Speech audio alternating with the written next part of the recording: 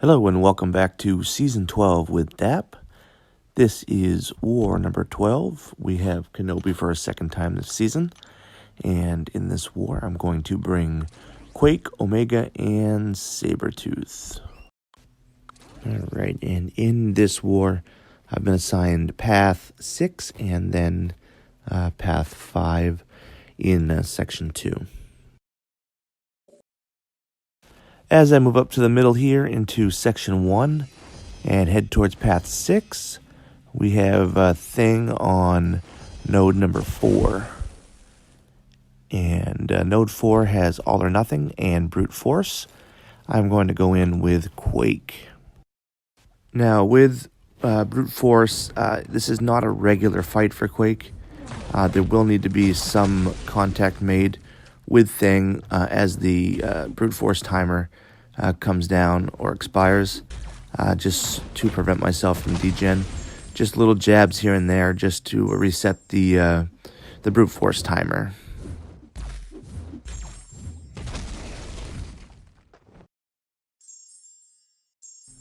But outside of that, it's not that difficult of a fight.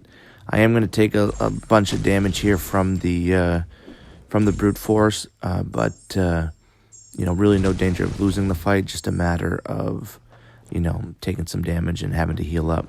Not afraid of the power gain from Thing because, it's All or Nothing, so he's not going to launch any specials here.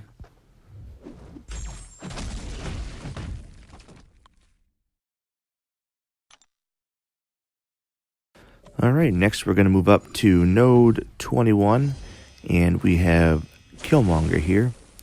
And on this node, we do have another All or Nothing and a Fisticuff node, and we're going to go in with Omega here. And the reason for Omega in this fight is just because he's a pretty good counter for Killmonger overall. And I expect that Killmonger will get one special 3, but I do have an invulnerability boost, and so there's really no danger of the All or Nothing. I don't have to worry about any other specials, which is nice, and just have to use my invulnerability boost during the L3 here.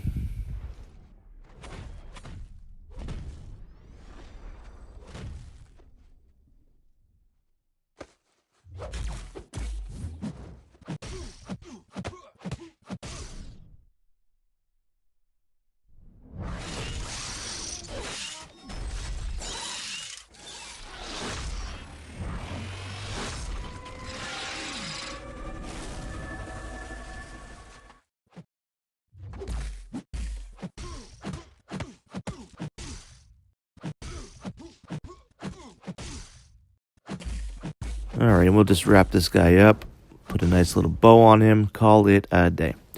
Alright, we got him down. That is the end of Section 1 for me. I have no shared fights, no minis in Section 1. We're going to head to Section 2, where I am on path number 5, and I'm going to head up on 5.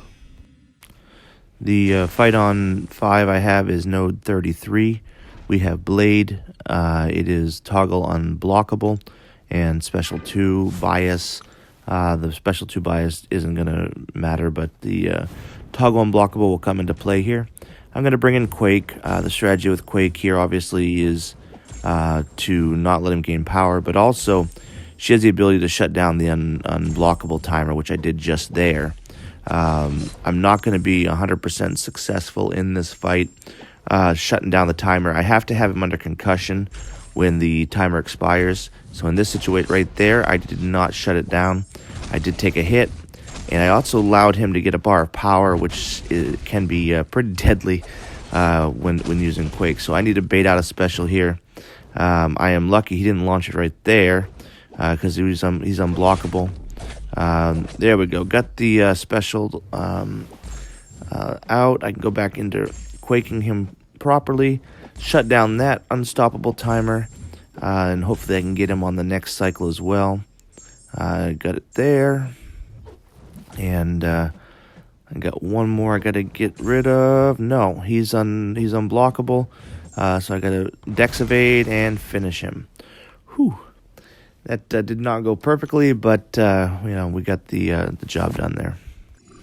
All right, now we got two shared fights. The first one is Korg on 37, and it is limited immunity, redoubled determination, and also toggle unblockable.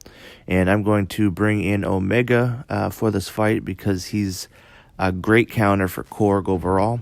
And I'll have to deal with the other stuff that comes along with the node without it.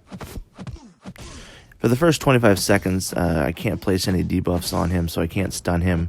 I also can't degenerate him in order to lock in my spores.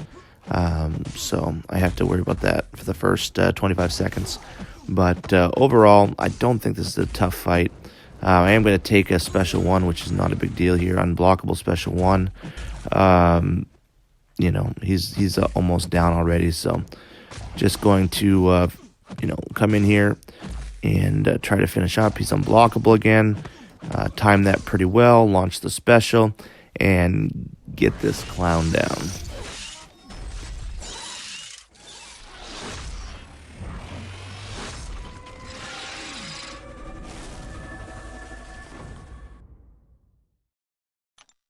All right, next we are going to move up to node 41. We have Warlock, and on node 41, it is going to be Tank Buster, Safeguard, Kinetic Instigator, and I'm going to bring in Quake.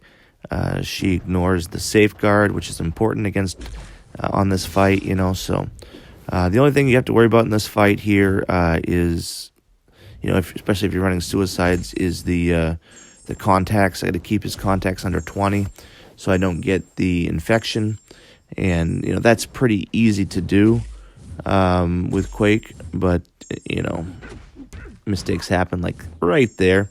So now I got to be careful because I really can't make any more mistakes in this fight if I want to live, which I do want to live most of the time. So just going to try to stick to the game plan, not mess up again. Gotta get to one more cycle on my Aftershock, which I do. So Warlock goes down. Alright, we're gonna move up to Mini Boss Island, and I do have two mini boss fights in this war.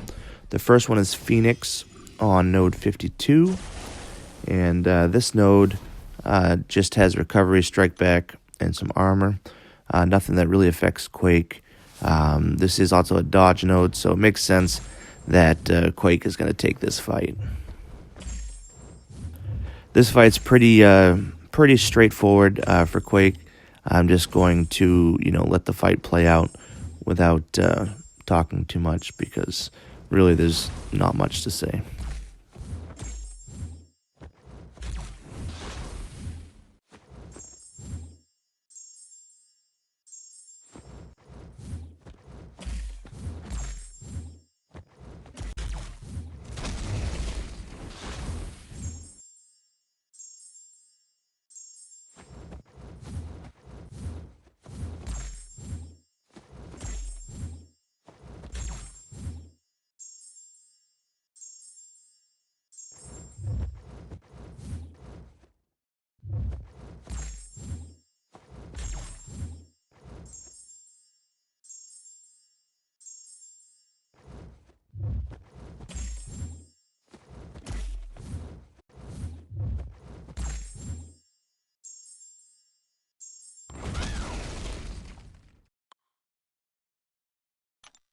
All right, one last fight in the season. We have node 55.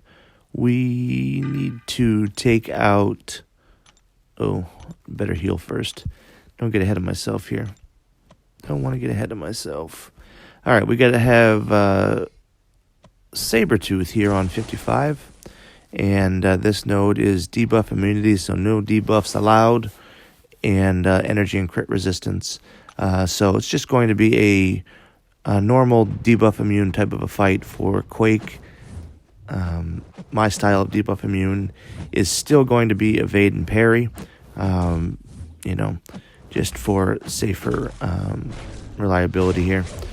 Now, Sabretooth on debuff immune is going to launch a lot of heavies, and his heavy is a 3-part heavy. And there's a couple different ways to evade it, to tell you the truth. But the best way for me, is to hold heavy, and then dex evade the 3rd part. But you can evade it, really anyway. You can also hold heavy, dex evade, hold heavy, and you can also hold heavy, dex evade, and dex evade. But the easiest way I find is to hold heavy, and then dex evade the 3rd part. But that's pretty much it. That's all this fight really has to do with anything. He's not going to gain any health from his regen ability, mostly because I'm not going to hit him. So it's just a matter of getting him down. Don't make mistakes, especially on the heavy attack, and he's going to go down pretty simply after that.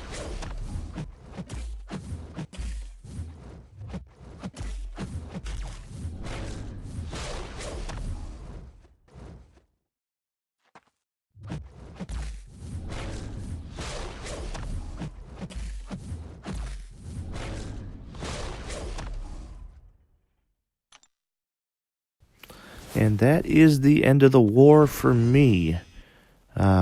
We did win this war here. My positives, I had no deaths.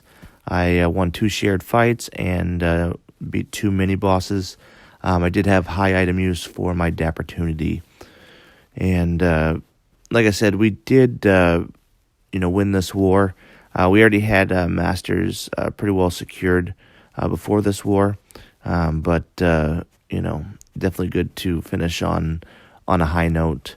As an alliance, I rated us an A-. Myself, I could have done better with my item usage, so I rated myself a B+. And that was pretty much it there. Very happy. I told you guys at the beginning of the season I would show you every single fight, and I did that. Some season stats: I did have 68 fights. I had 8 deaths. My deaths were 3 on the lanes, 4 on the shared fights, and I did have 1 mini-boss death. I really appreciate you guys sticking with me this season. Season grades, I rate the Alliance a B+, for our Master's performance, and myself a B-. I did have 8 deaths and used quite a bit of items, but this season was a lot of fun. Thank you for everything this season, guys.